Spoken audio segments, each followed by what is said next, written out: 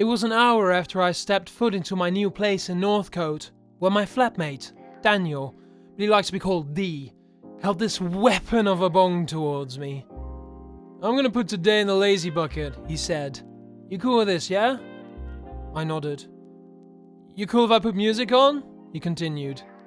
I shrugged, then took a hit. Bubbling sounds, the sharp whistle of air as I take my thumb off the cob, then the first bars of a song I once knew from D's phone speakers. Tambourines, soft hangles of a nylon guitar, and high-pitched oohs. "Is this the Shins?" I said.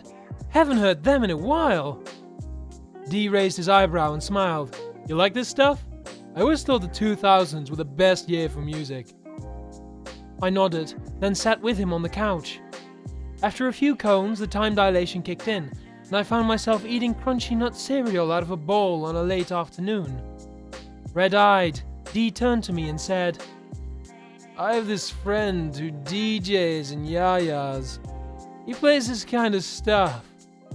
Cute old girls, if that's what you're into. You wanna go?" 3 hours later, I'm squeezing myself into D's skinny jeans because he thought I dressed like a dad. "I'm too old for this shit," I mumbled to myself. Outside my bedroom door, I heard D making a call. "I'm bringing a friend," he said.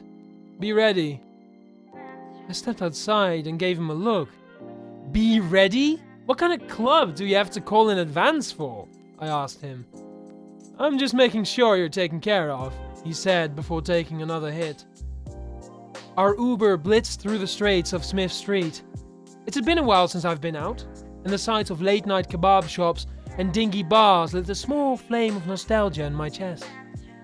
We stopped in front of this nondescript hole in the wall where a line of people snaked out into the street. A faded neon sign hung above. Yayas, it said, in dripping spray paint. The windows were blacked out. "You ready?" D said as he pointed at the crowd of people. All of them younger than I was, all of them looking more fashionable than I could ever be. The woman at the end of the line sported a foul leopard print coat over a leather skirt, multiple tattoos under her fishnet stockings. She held hands with a square-jawed tall man in an Interpol shirt. I felt out of place. But D dragged me to the line anyway, and as soon as I heard a song from the Strokes thudding dull from the bar doors, I felt a tiny bit more comfortable. Then we got stamped, and the doors opened, and it was pure chaos. Laser lights cut through a thick cloud of dry ice smoke as tinny PA speakers blared out song after song from the indie old 2000s.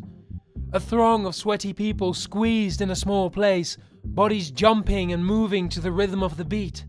Arms and elbows and limbs flailed atop the crowd. D held me by the hand and dragged me to the front of the bar. He didn't care about the line. "4 shots of the special, please! My friend needs to chill!" he shouted. Then to me, "It's cool, it's on me. Besides, they're $3 a piece."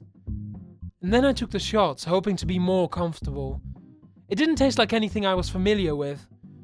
Then I bought more as the night went on. And then I was with the crowd, and my limbs flailed with them, and I didn't care anymore. And then the hum started. I noticed it a couple of songs ago, but I thought it was just a bad speaker setup or some mild equipment failure. Then it got louder and louder, so I turned to someone and said, "You hear that hum?" She looked at me like I was crazy and continued to dance.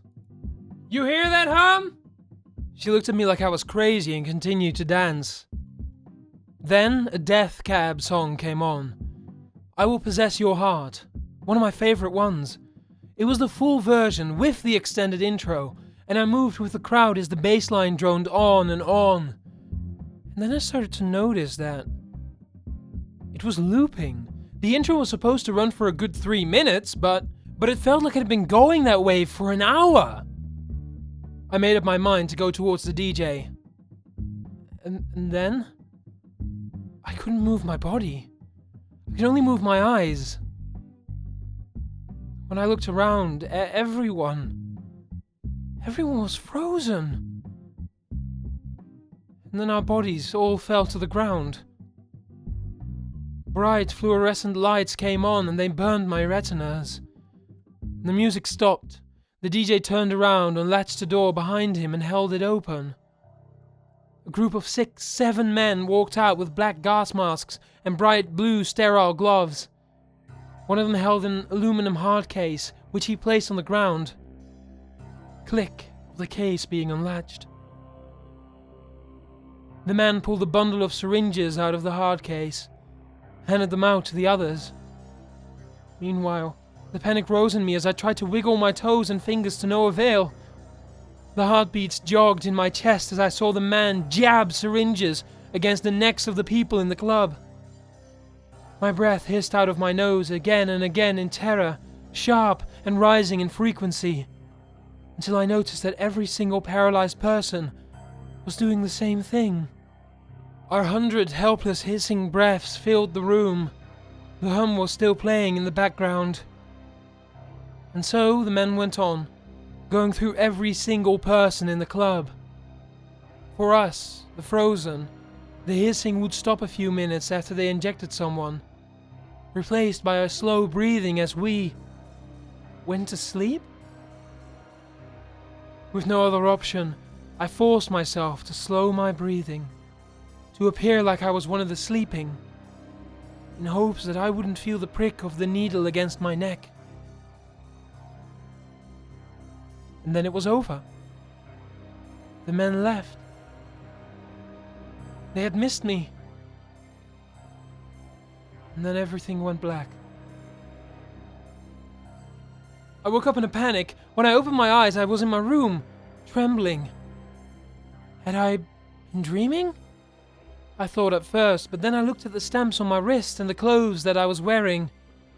Yes, I was definitely there. Yes, that really happened. Then, knocks on the door. It unlatched, opened, and from a slit came Dee's smiling face. "Wow, you party hard," he groaned. "I had to drag your sorry ass to an Uber, man." I flashed him an incredulous look. "What are you talking about?" I said. Dee bellowed out a laugh and patted me on the shoulder. "You almost got into a fight with the security guys, and then you puked over the street, man. I bet you don't even remember what happened." Something was up. "Oh yeah?" I replied. "Yeah, I don't remember what happened at all." Dee laughed one more time, then started to walk away. "That was fun, man. We should do that again next weekend." Dee now tries to get me out every single week, but I've been pretending that I've been busy for a couple of months now. I hope he eventually stops asking me. He certainly asks the friends that I had over, but I always manage to convince them to do otherwise. I caught him once, staring at my neck intently, checking for needle marks. Not sure if he knows that I know. Not sure what he'll do if he finds out.